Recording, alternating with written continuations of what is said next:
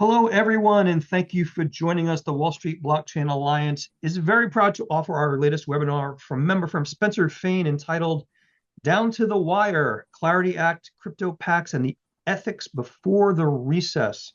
Before we begin, a bit of housekeeping for today's session. Please keep in mind that this event is provided for general informational and educational purposes only.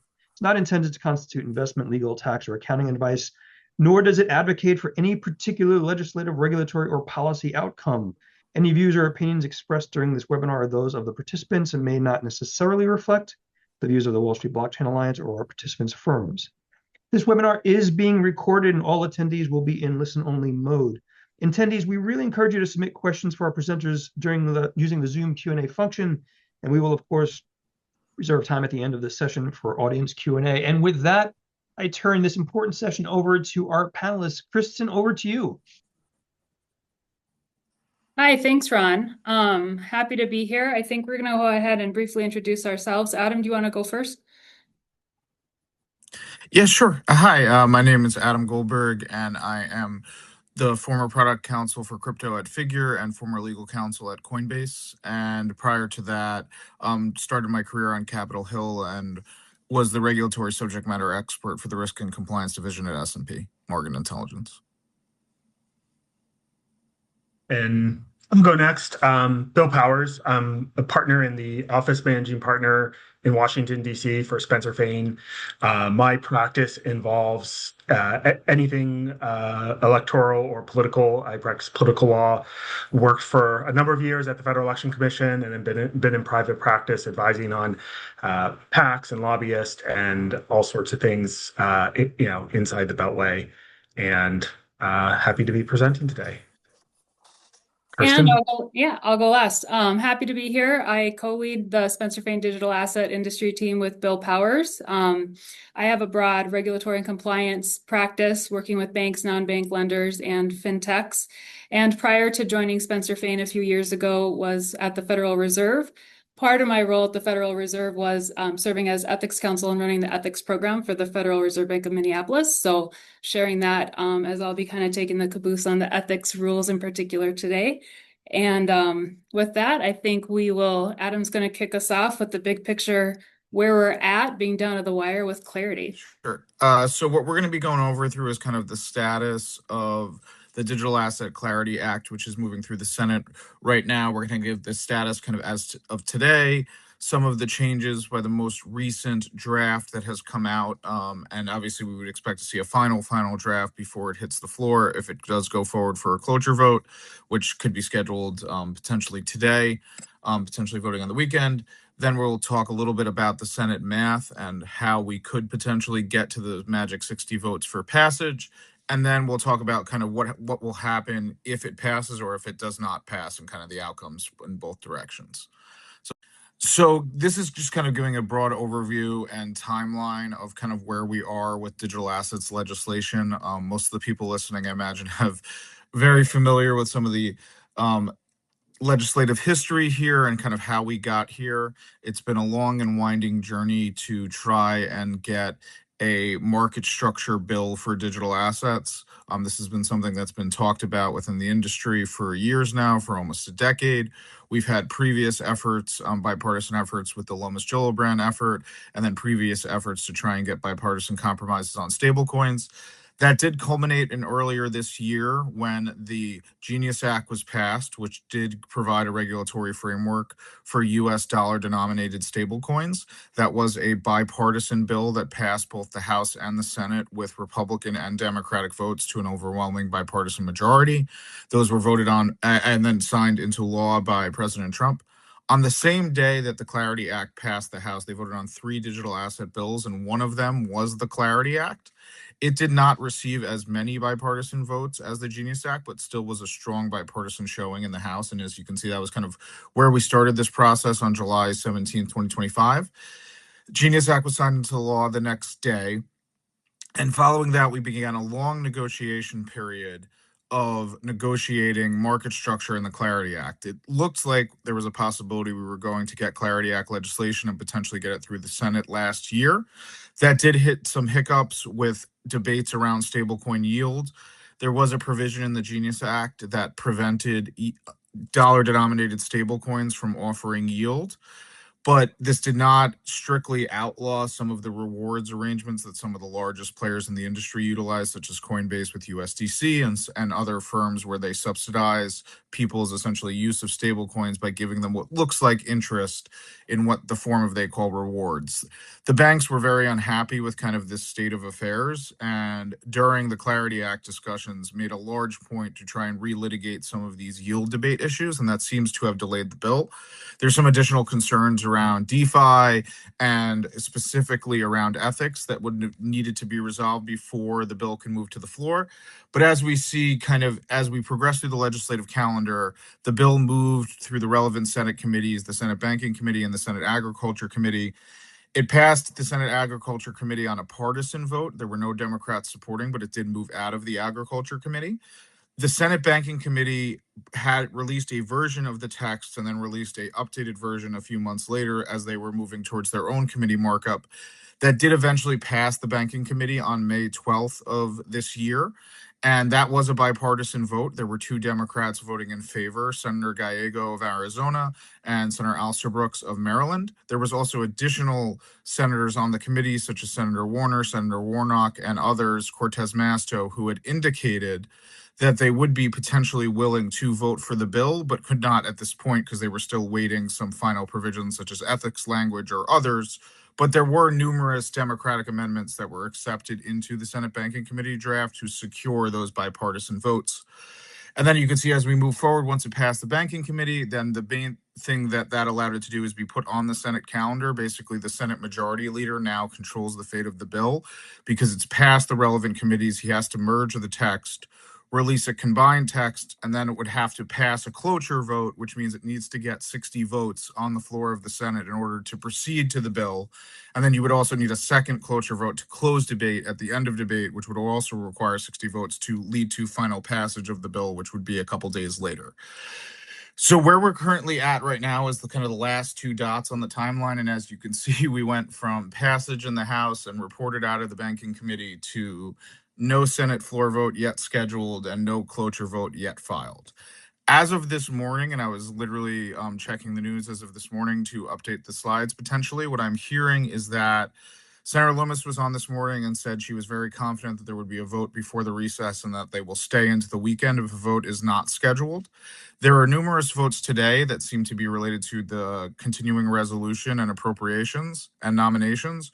Once those are cleared, then the assumption is that there is a very strong possibility that Senator Thune may file for cloture on the Clarity Act, regardless of whether or not he has the 60 votes. We are still unclear if he has the 60 votes. There was an ethics compromise that was negotiated by Republicans. So this would be Senator Bernie Moreno and Senator Loomis, both on the Republican side. They negotiated an ethics agreement with the White House that was included in the latest text of the bill. We'll go more through that, but the high level of that was that enforcement was left to the Attorney General, and there was a sunsetting provision by the end of the Trump administration. Both of these were seen as kind of deal breakers for Democrats. They went back to the table, and Senator Gallego and Senator Tillis, a Republican of North Carolina, came up with a bipartisan compromise on ethics that was sent to the White House last weekend. We have not heard yet whether or not they would accept that compromise, but that does seem what would be needed to unlock the potential 60 votes as we move towards. And August 5th, as I put down there, we're getting very close to the August recess. So the August recess typically can be called at any point at the end of this week when they're done voting. So sometimes they will leave early as of today. The recess might be called on August 7th when we get to Friday if there's no votes. Potentially, if what Senator Loomis said was accurate, the Senate Majority Leader always can extend the recess so we can push into the weekend, potentially going to the 8th, 9th, or 10th. It would be very much, if there was an actual goal to pass the legislation, at least cloture being filed and it clearing that initial 60 vote threshold to get onto the bill is something that likely does need to happen before they go home for the August recess. If they go home for the August recess without cloture even being filed, it is very unlikely that you could reassemble the bipartisan group it would take in September of a midterm election year, because basically when they come back, it will be election season, a couple months. We saw some primaries last night. The remaining primaries will be over the next 2 Tuesdays. And then basically the general elections will be set across the map, and we will kind of get into heavy partisan warfare. So it's very important that it moves forward today or tomorrow. And now, kind of just to give updates on the most recent draft, Ron, if you want to move to the next slide, we can just talk about the Clarity Act didn't change that substantially. It did go from 309 pages to 616 pages, and that does seem like a lot of pages, and there were. Most of those amendments were related to law enforcement and grant programs, and a lot of them were seen as being done to try and win the favor of certain law enforcement organizations that have wanted stronger protections in the bill. So that's definitely where a bulk of the pages came. The ethics provision, which we'll go over in detail, which I previewed, that Senator Moreno and Senator Loomis got the White House to agree to, is embodied in the new proposal. And we'll go kind of through the different components of that. The Blockchain Regulatory Certainty Act, that includes developer protections for different protocols and DeFi development companies, did stay in the bill. There's some enhanced custody language, but the current version of the bill still preserves those developer protections that are very important for the industry. There are many interest groups that are fighting that language, particularly certain law enforcement groups are saying that these take away tools they could use in human trafficking, sanctions, and other cases. So there's still a point of contention on that language, but it did stay in the bill.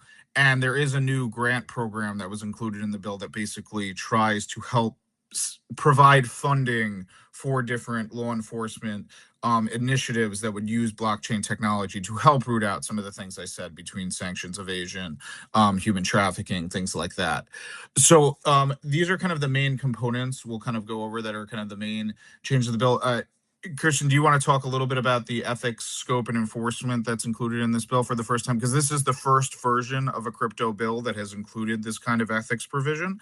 It's something people have been talking about for a very long time, but we've finally seen legislative text related to it, which is a new development.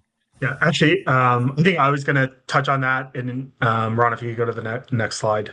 So, ethics requirement, I think there's, some a different approach than what our kind of baseline government ethics rules are. Kind of just to go over it, the first being that who is covered. That is obviously part of the definitions and part of the debate, as well as what might be considered prohibited. I think one thing to look at here that's different is on the liability side. Often, in government ethics rules, particularly at the federal level, the liability is on the government official. But here there's also potential liability, depending on how things shake out, for companies that might list digital assets that are either sponsored or promoted by a government official. So I think that's one thing to kind of look at in the final language. Okay, what's the liability? Beyond that, also who's enforcing. There's obviously been a lot of discussion about who would be enforcing this ethics provision, conflict of interest rules. Normally for executive branch, it would be the Office of Government Ethics or agency ethics officials. In Congress, the House and the Senate each have their own ethics committee.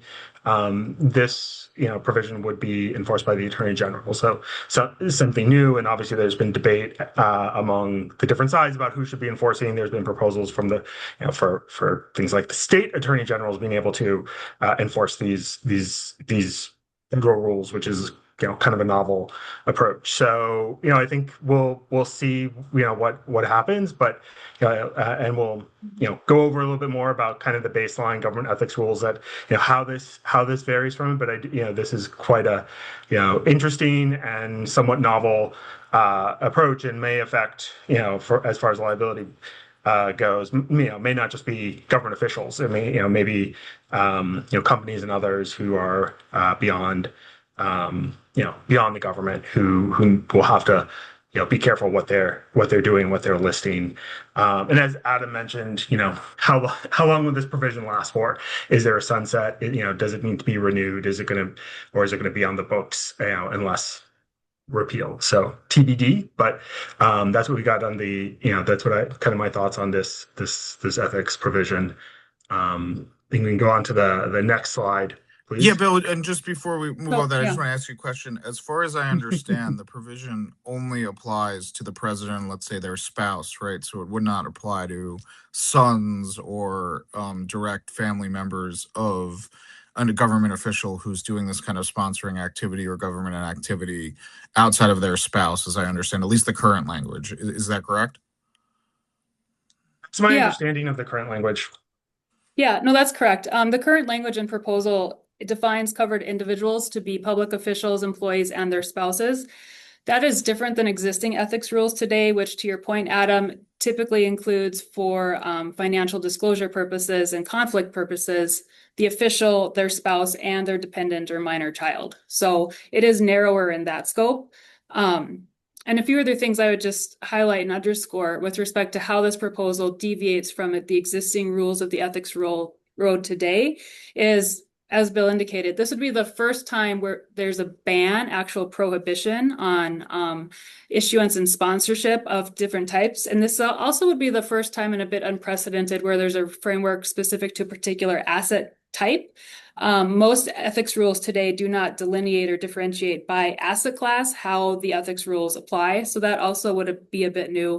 And then for anyone not a covered individual, to Bill's earlier point, I just want to underscore this also would be the first time where you have federal ethics rules that could be enforced against non-covered individuals, being here the intermediaries and exchanges that actually allow these types of assets to get processed and traded on their exchange. So it would be a significant impact and something to watch for any company that would be handling digital assets, to be sure they have the controls in place to screen and clear that no asset would be in violation of the prohibition. And I'll just make one final note here. As far as I understand the proposed compromise that Senator Tillis and Senator Gallego came up with, it really relates to the enforcement mechanism. Congress, at the beginning of this Congress, adopted the Lincoln-Riley Act, which related to immigration enforcement. And for the first time, it gave a cause of action to state attorneys generals to go to federal court if they believed that the administration was not enforcing federal immigration law, and they made a cause showing to a federal court. That, I believe, is the compromise Democrats are seeking, which is, instead of the attorney general being the sole enforcement mechanism for this provision, adopting the same Lincoln-Riley Act type structure, where if a state attorneys general felt that the federal government was not enforcing the law, they can make a for-cause showing to a federal court and gain standing. That, I believe, is the current compromise that is under review at the White House.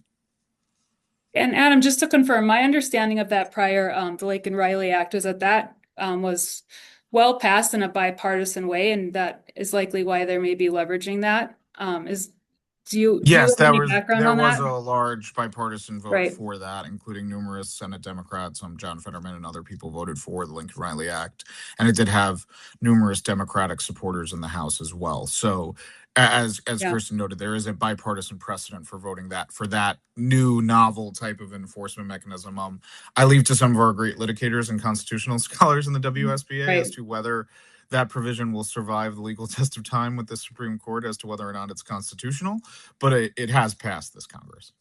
Because the enforcement mechanism then, as I understand in the compromise that's being floated, would be that state AGs have the authority to bring in an action against the AG's office and litigate the issue of whether the AG is actually exercising or enforcing the federal ethics rules. Yes, that would be. They would have to. So if there's differing views, it will get decided. Yeah, I think they would have to make a probable cause showing that there was a violation, and then show that the attorney general had not acted on it. Yeah, so I'll get into the next part of the bill, which is around illicit finance and decentralized finance. This has been kind of a long-standing issue, and I always try to break kind of issues into two lanes, into kind of political issues that need to be solved in order to give the senators the political cover to vote for something and get the bipartisan votes need to invoke culture, and the substantive disagreements that I feel like are more policy disagreements between usually two very well-intentioned parties and usually are fertile areas for compromise. And I always view that you can likely get past the substantive issues through negotiation as long as you can solve the political issues. That is what I've always kind of seen these DeFi protections as. So as most people know, there's very important groups in crypto that very much would like it codified in law that if you're a software developer, a non-custodial software developer, and you don't take possession of customer assets and you just enable customers to interact with a piece of code and essentially use a decentralized protocol from a self-custody wallet, this should not make you a broker-dealer or make you a centralized intermediary for KYC AML purposes. Kind of the entire current sanctions and KYC AML regime in the United States and compliance regime we have is based on regulating the intermediaries, the financial institutions that enable citizens, customers, or institutions to connect to the banking system and utilize financial products.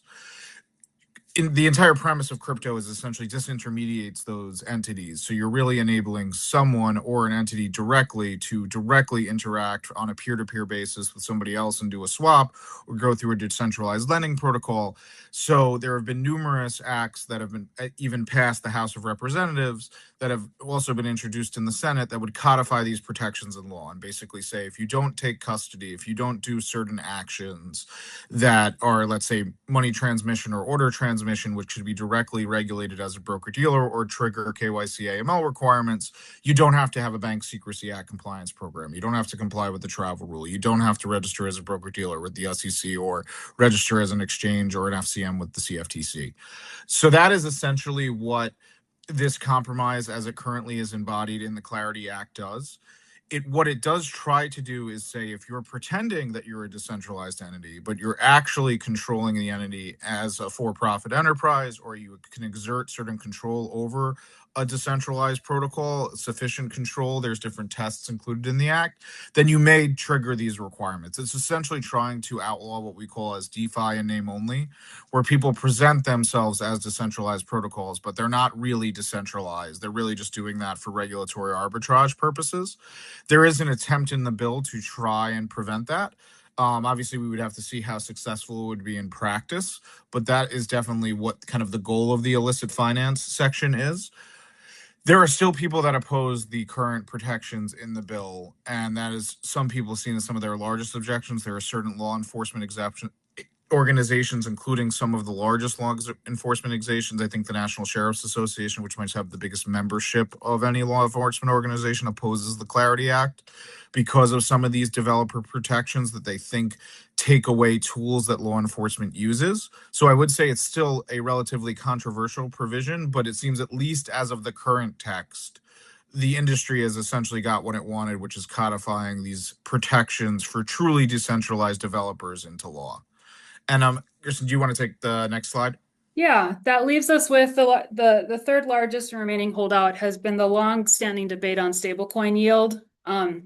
As Adam indicated earlier, the issue of stablecoin yield and the ability to pay out anything that might look to be equivalent to interest on a deposit account has been in debate since and prior to passage of the Genius Act, and it continues to be debated today. The Bank Policy Institute and American Bankers Association, and I believe at least 75 different state bankers associations have continued to lobby heavily with respect to the current standard proposed, which would be that we have the text here on the slide. Effectively, the current standard would be any program that would function or basically be the economically or functionally equivalent to the payment of interest on a bank deposit would be banned and prohibited as impermissible stablecoin yield.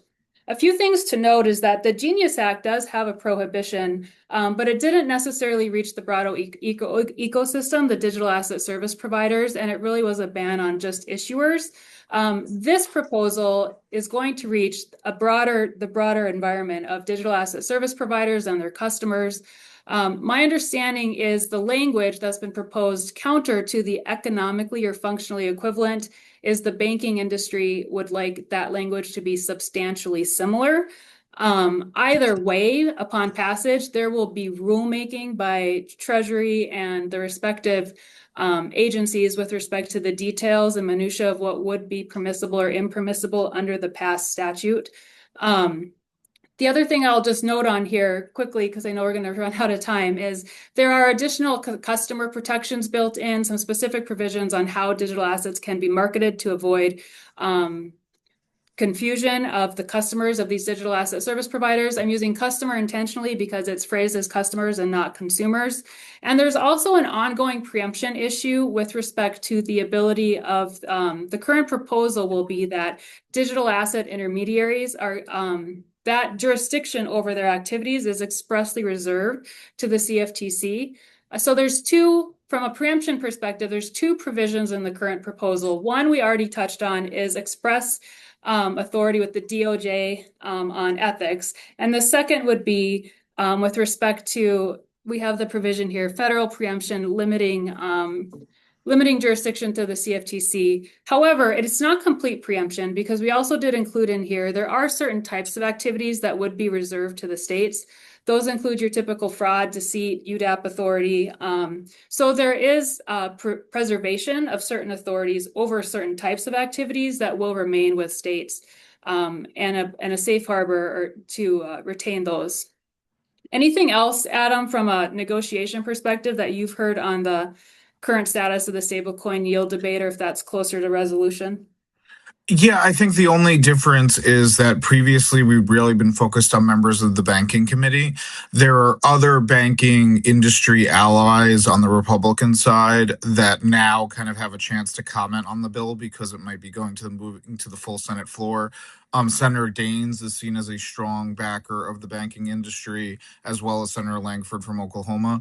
They have both said that they don't know if they love Tillis's compromise. And I know that there was talk of essentially maybe an additional fallback that Tillis could add to kind of strengthen this language, which said if there's a certain amount of deposit flight out of the banks, then certain stricter rules may kick in if the fears the banking industry is articulating come to pass. That was not in the current version, but I think that is just one possibility now, just because the universe of potential people who could comment on this or withhold their vote over the stablecoin yield compromise potentially is wider than just in the banking committee. The next slide. Yeah, so the next slide, we're really just going to kind of go over the state of play as to where we are in kind of the process of actually moving a bill through the Senate. I feel a little bit like Schoolhouse Rock, but I know not everyone probably knows the nuances of Senate procedure.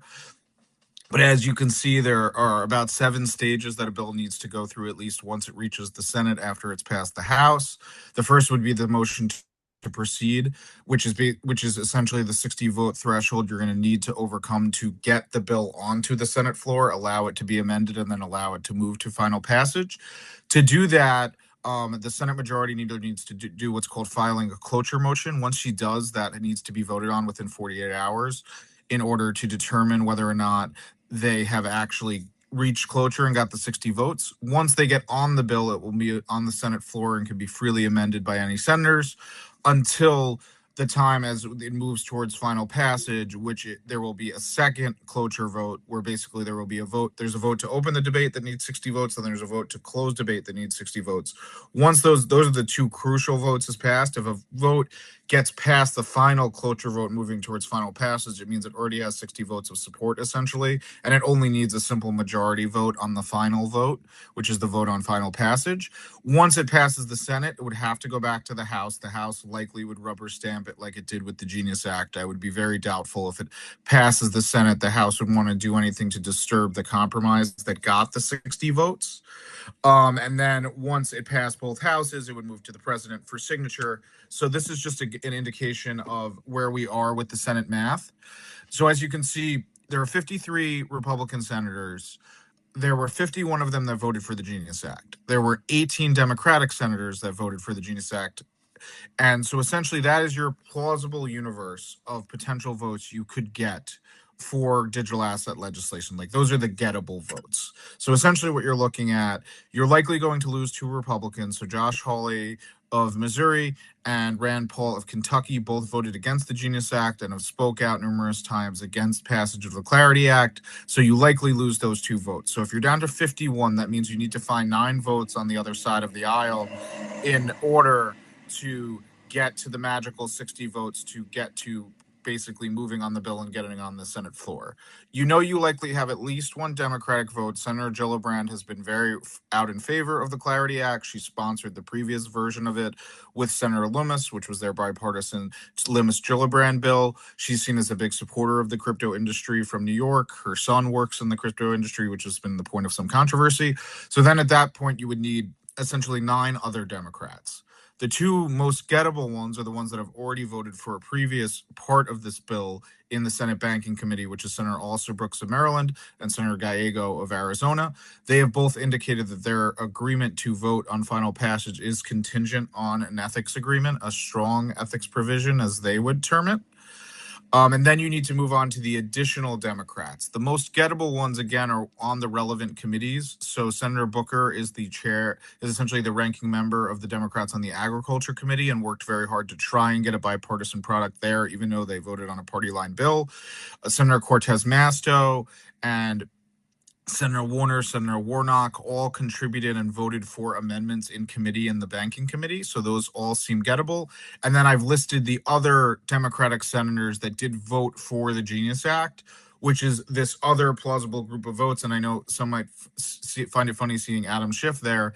Adam Schiff voted for the Genius Act and was one of the chief negotiators of the ethics compromise with Senator Gallego, which is somewhat funny as he was a former impeachment prosecutor against President Trump, but potentially negotiating the ethics agreement that would allow him to vote for obviously a bill that could affect the president and his family businesses. So this is kind of the state of play where we're at. Right now, as far as the reporting is concerned, the 60 votes have not been secured. You have not even locked down all 51 Republicans. I've mentioned that Senator Daines, Senator Langford, and others. Senator Tillis's vote is not assured yet because he's trying to get that compromise language on ethics to bring over the Democrats. So I think we will need to see how this plays out over the next couple days. One of the reasons the Senate Majority Leader might be forced to file cloture, let's say today or tomorrow, and try to get a vote before the weekend, is the crypto PAC and the crypto lobbies are grading this vote, and they would very much like to get people on the record. So if there are Democrats that vote against it, that could be used in their scoring, where they might go from, let's say, an A rating to a C rating or a B rating to an F rating, and then that would allow them to change their campaign decisions with what they do with kind of all the super PAC money in the elections coming up. That's something we'll get into later, but it is an impact of it goes into the vote calculus. Yeah, so this is just an overview of kind of the important dates coming up. So as I mentioned, the recess is just about to come up. We need to really see movement before then. Then the senators will go into a state work period. They won't return until September. They'll have to do likely a CR and some appropriations in September. If we're not already onto the bill and we haven't already filed cloture and are working on amendments and trying to get to final passage, I would find it very, very unlikely that it would pass before Election Day. And then your only chance would be to pass it in the lame duck. Again, very unlikely in my view, just because if you believe the prediction markets and the different odds makers and the political handicappers, the House is strongly expected to flip to the Democrats. It is very unlikely you see bipartisan legislation in a lame duck when you're about to see the chamber flip. Usually the party coming into power does not really want to pass anything significant because they're right about to come into power and they want to set their priorities rather than finish off the priorities of the previous leaving regime. So I would view we kind of need to see need to see movement today or tomorrow to have any realistic chance of passage this year. And that's why you can see where I've kind of set the odds is like low to moderate chance if we can get a vote today, very low chance to very low chance in the lame duck. And then if we push to next year, almost no chance, because then it's likely you're going to have split houses and it's very unlikely to happen. So, Ron, if we just want to go to the next slide, which just kind of charts the 2 paths forward. What happens if the bill passes, which I think is kind of probably for everyone listening to this, kind of the holy grail of something we've been waiting for years. I know as someone who's had to work at 2 different institutions that have had to have 40 plus MTL licenses at the state level to operate their business. It's very difficult. and having federal legislation that created a federal path for registration and for preemption and would allow you to go to one regulator and have the certainty that comes with laws rather than the unpredictability of regulation by enforcement and kind of being at the whims of the notice and comment periods and no action relief and different court injunctions. I think we would be on a much stronger path and would be much more, I would say, probably bullish for the industry if clarity passed. If clarity does not pass, I think that there are going to be significant impacts. Obviously, I think the regulators will move forward very quickly and try to fill the gap, but that will be rulemaking that could be easily undone by the next administration. I think there's a very strong chance if the Democrats were to come into power in the next administration, you could see a return to regulation by enforcement, especially if they didn't think that the regulators themselves or the laws themselves were adequate to undo some of what the Trump administration did.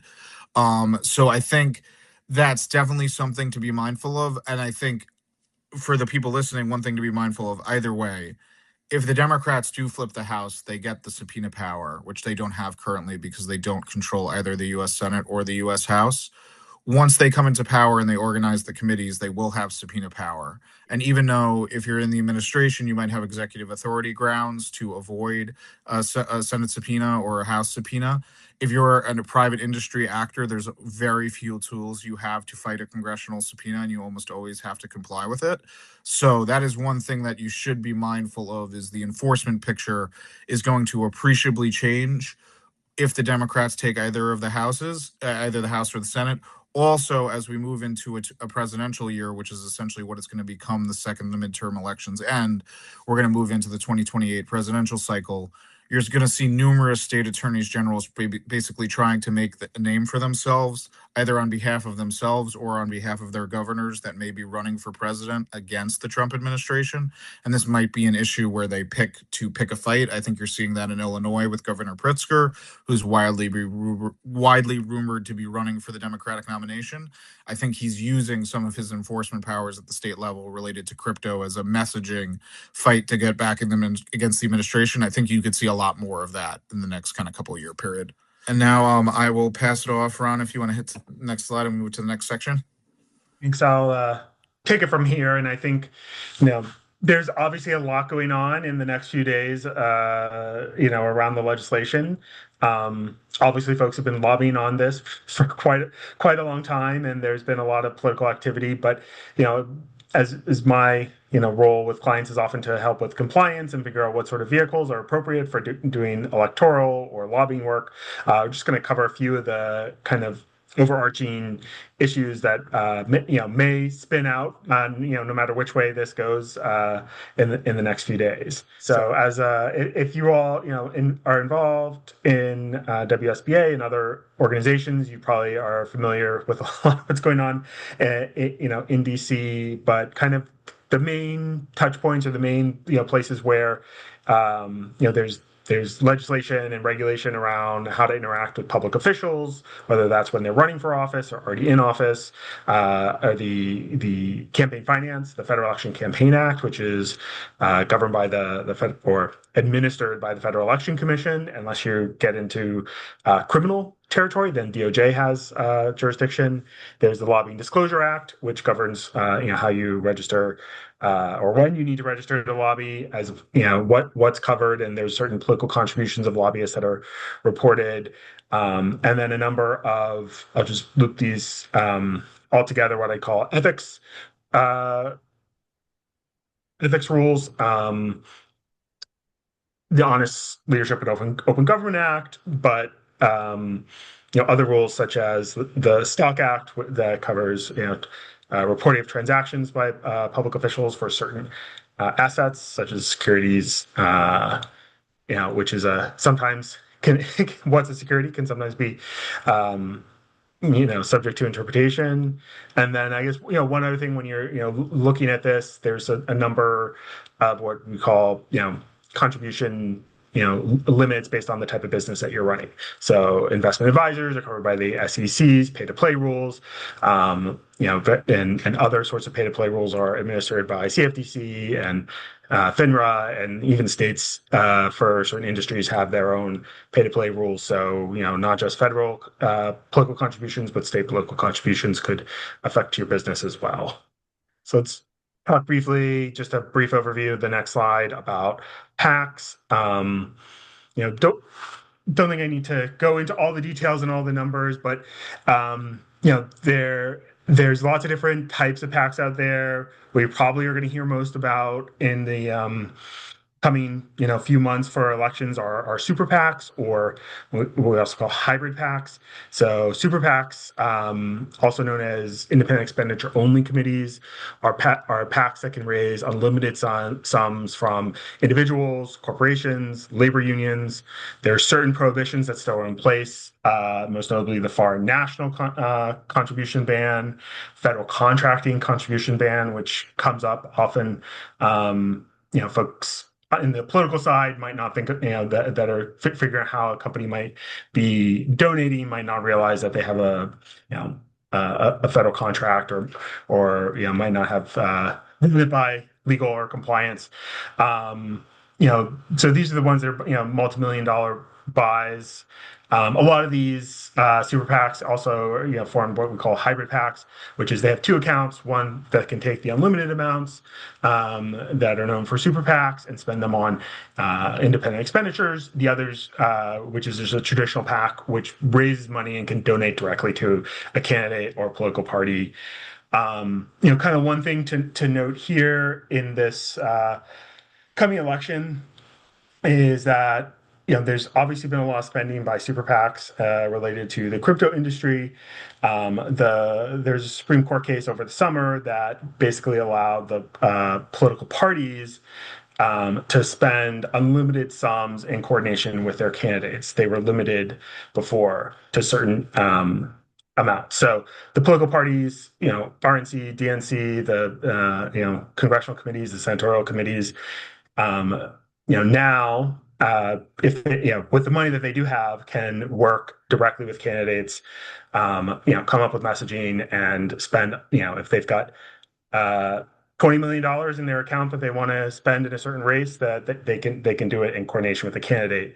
So it will be interesting to see how that might affect super PAC spending. Super PACs are supposed to be independent of the candidates, but there are certain areas where you get into the weeds where candidates can do work on some aspects of super PAC. So campaigns like elections, every election cycle, different folks, different issues, but also thanks to the changing laws, different rules of the road.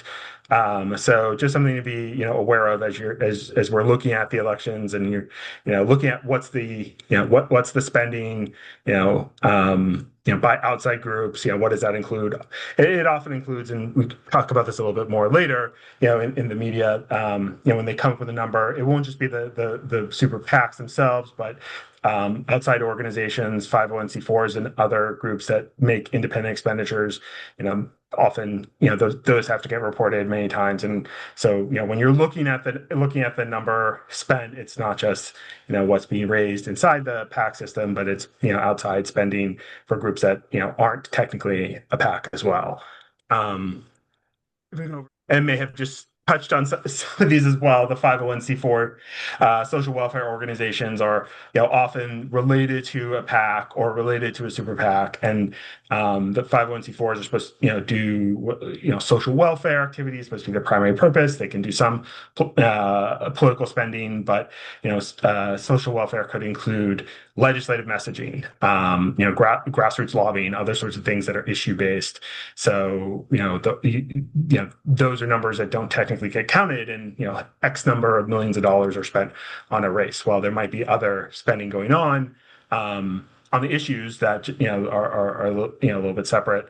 But there's I guess just quickly to go over, trade associations, if they want to, can set up a PAC, can set up a separate segregated fund. SSF is what that's often called, a connected PAC, that they may solicit funds to. Corporations as well can have their own PACs. they also, under the Citizens United decision, can spend money directly, although whether corporations choose to or not is a different story. It does seem that even though they have the constitutional right, most are most seem to be more interested in donating to a PAC or pooling money and doing it through making a donation as opposed to just spending directly from the corporate treasury funds and on their spending. And so and Adam and Kirstin, if you've got anything that on the political spending that you think is interesting, whether I'm just kind of going over high level overview of the what rules of the road and what the different vehicles are that are involved here in our primary elections that we saw yesterday and upcoming, but also in the general election. But if there's anything else on political spending that you insights you might have or questions that I'm not answering, let me know.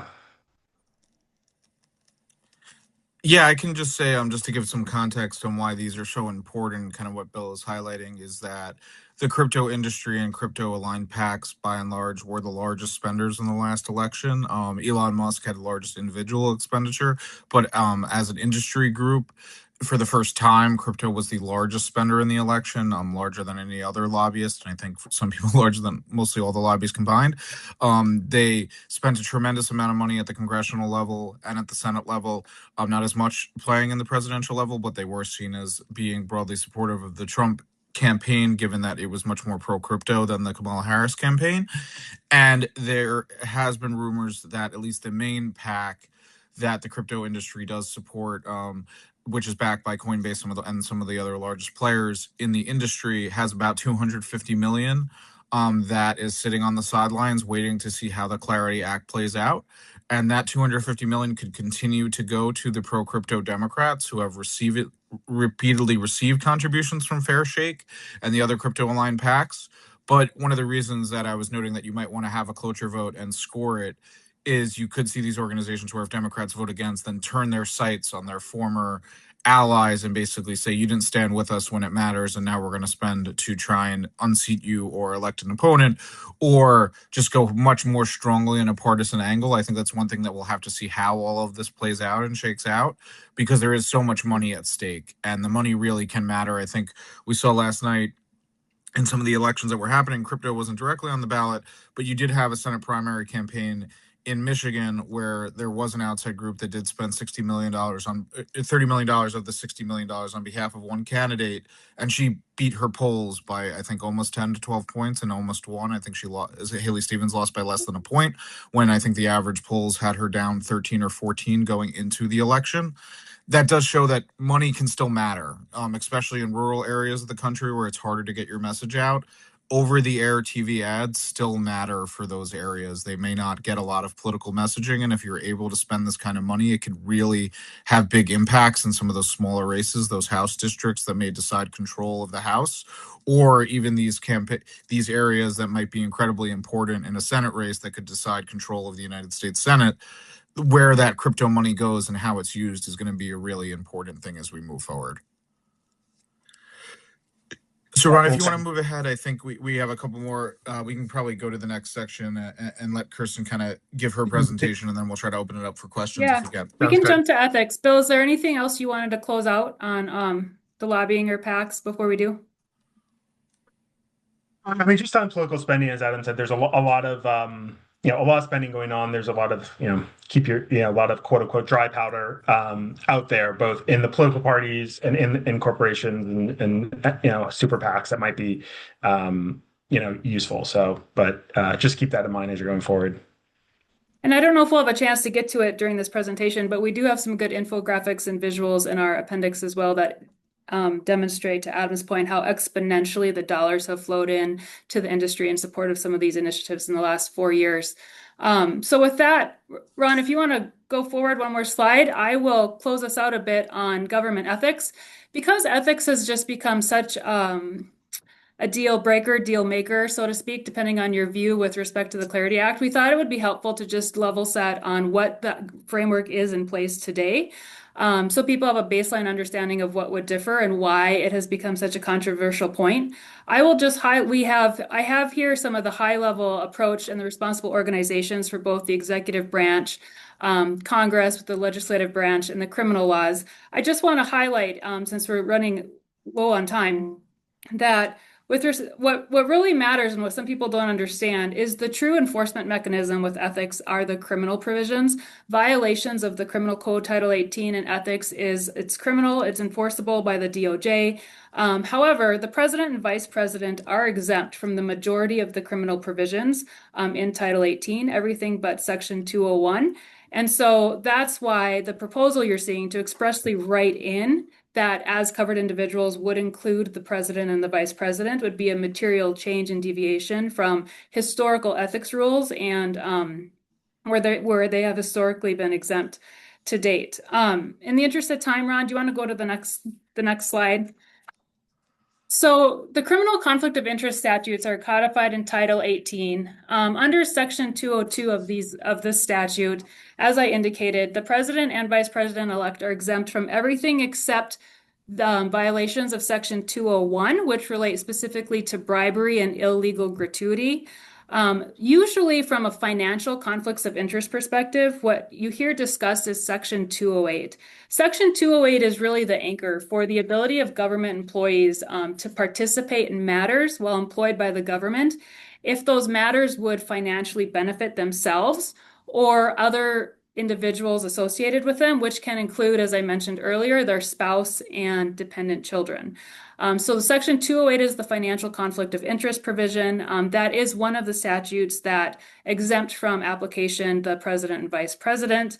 And you also often hear about Section 208 waivers. What that's referring to is its authorization for a particular government employee to actually participate in a matter that could have or could present otherwise a conflict of interest financially. In those situations, it is possible to receive a waiver to take any question away of whether you would be at risk for violation of Section 208. Because these are criminal in nature, ethics provisions are rigorously enforced by all of the various agencies and taken seriously within organizations. The other thing I just wanted to note is the Office of Government Ethics, which is responsible for overseeing the executive program, has specifically issued 4 different advisories and confirmations that digital assets are in scope today for the majority of ethics rules. Going back to 2018, they first issued guidance and confirmation that virtual currency must be reported with respect to required reporting and disclosures of covered individuals that are in scope. And they have since confirmed that most crypto holdings are not securities for purposes of ethics rules. And why that matters is because securities have a de minimis exemption. So digital assets and various crypto assets are actually more strictly enforced under the ethics framework today because they don't get the benefit of that de minimis exemption that a lot of government employees benefit from if they hold securities. And then most recently in 2023, they issued specific guidance with respect to Section 208 and how that might apply to individuals who work in the government, who might be working on policy initiatives and frameworks if they have holdings of digital assets themselves. Can you go to the next slide, Brent? And then again, the overall arching ethics framework today differs from what's being proposed with clarity. It's really focused on required disclosures. Typically, there's a disclosure upon taking an office or position. There's annual disclosures every year thereafter, and there's also disclosures at termination or when one ends their term in service. I will note that there's about a calendar year lag because typically required reports come out in the June of one year and they're the prior calendar year, and that's why it really wasn't disclosed or made public about the recent the holdings of the president until it was June of this year, and that's typical and standard practice. Reportings always lag a calendar year. So the timing of that was driven by the existing frameworks under the OGE Form 278C, which would have been applicable for that disclosure. The other thing I would just note is I think that I know we kind of wanted to save a few minutes for questions, so seeing there's not much time left, I think that covers the material highlights. We do have an additional slide in the appendix of resources for ethics. Really the takeaway here, or our goal was just to overview, the forest, not the trees, of the framework that is in place today, so people have a baseline understanding of how the ethics provisions that are being moved forward with respect to clarity, which include that ban. It'd be the first time there's a ban on issuance or sponsorship. It'd be the first time there's a ban on parties outside of government employees, the third-party digital asset intermediaries like we discussed before. And I don't recall if we touched on this, but with respect to the clarity proposal, there are 2 safe harbors being proposed, and that would be putting those assets that would be subject to that ban under clarity into qualified blind trusts or divesting. Those are common procedures used today and built into the ethics frameworks for how individuals who go into office positions can handle their holdings of investments. So with that, Adam or Bill, do you have anything else you'd like to add on the ethics? No, I think we wanted to get to the question, so I think Bill's going to take it, but I could read it for the audience. Do you think the understanding that if clarity isn't passed, there will be no enforcement on political officials launching meme coins absent fraud, since the SEC specifically has said that meme coins aren't securities? And then a second question, also, does the panel think that this is a bad precedent for crypto, having an ethics rule that treats it differently from any other asset? So, Bill, I'll kind of give you the first chance to answer this one because it's right up your wheelhouse, but I'm happy to chime in after. Yeah, and I'll focus on the first part of the question, and you can chime in on policy, whether it's a good or not. But yeah, I mean, I think for insider trading and other rules that involve securities fraud, you have to have a security in order to have some sort of insider trading rules. Similarly, public officials who are involved, Stock Act rules, which they have to report stocks. If a meme coin is not a security, then the Stock Act doesn't apply for reporting. So I do think that if there's not if that meme coins aren't being included in the definition by the SEC, it's going to be a lot harder to prosecute, or a lot harder to for a House or Senate ethics committee to make a finding on that. That being said, I think there's maybe this is a lawyer being cautious, but there is a bit of a change based on Supreme Court cases. There's the Loper-Bright decision, and then there's a McKesson decision from the previous term that have given a lot less discretion to agency rules and allowed courts to kind of give what deference is due, and that might be zero to interpretation. So if something gets in front of a judge as opposed to what's being brought within the SEC, certainly it could be open to interpretation of what's a security, and you could have something.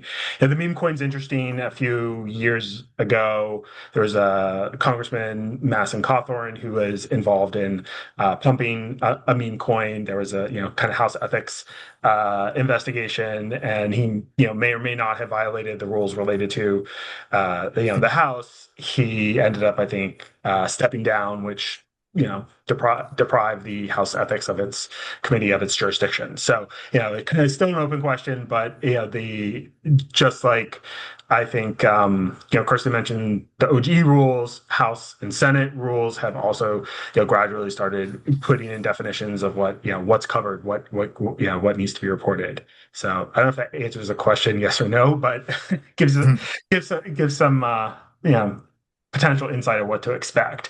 And Adam, you might have more thoughts on that. Yeah, on the policy front, I think everyone just has to be cognizant of we're kind of in a new environment. So in the past, obviously we've had well-trodden rules around stocks and securities and other things like that, and most presidents responded by releasing their tax returns and putting things in a blind trust. We're kind of in very new uncharted territory where you have a president launching a meme coin right before he gets inaugurated and his wife launching a meme coin right after he gets inaugurated. We're in kind of new territory where his sons are intimately involved in this industry and have businesses that would be directly affected by rules that potentially would regulate the industry. So I don't think it's great that it's being treated as differently than other types of ethics rules. I think that they should be as homogenous as much as possible, but I think we also have to be sensitive to the fact that we are in kind of a new area here where we are really testing the boundaries of what ethics rules can regulate in regards to a president. So I think I've always noted that I find this debate very interesting around the ethics rules, trying to apply them to the president or the vice president, because the Supreme Court may have very different thoughts than Congress, even if there's a very carefully articulated compromise between Senator Gallego and Senator Tillis that's agreed by the White House. When this ever does get litigated in court, which it likely would, the Supreme Court may come back and just say this is absolutely unconstitutional to apply any kind of limits from the Article 1 branch on the Article 2 branch, who are essentially equal in our system of separation of powers under the unitary executive theory. So it's very interesting to think about, but I think that these are some of the things we do need to think about because we're kind of in uncharted waters as to a president having private activities at the same time he is the president. And I think another thing that is notable about this language is it doesn't look back. So any of the things that may have happened with the Trump coin, the Melania coin, or any of the Trump family businesses would not be covered under this provision, at least as of now. Adam, I thank you all. Kirstin, I want to give you the last word and just some follow-up for the audience. Kirstin, over to you. Yeah, certainly. No, I think we've covered it. I think the highlight is it's looking less and less likely that we will get this legislation passed. And then the risk here to the industry as we return to that environment of regulation by enforcement on top of all the ethics issues Adam just summarized as well. So a lot to unpack. Hopefully this was helpful, big picture for everyone who attended, and we appreciate your time. Kirstin, Bill, Adam, thank you all so much for your thought leadership. We already have multiple requests for your PowerPoint, so we'll have to have that conversation. For everyone in the audience who joined us, thank you so much. If you have additional questions for our panelists, please email us info@wsba.co. We will reach out to them. Again, Kirstin, Bill, Adam, thank you so much. We will see you next time. Bye-bye. Thanks, everyone. Yeah.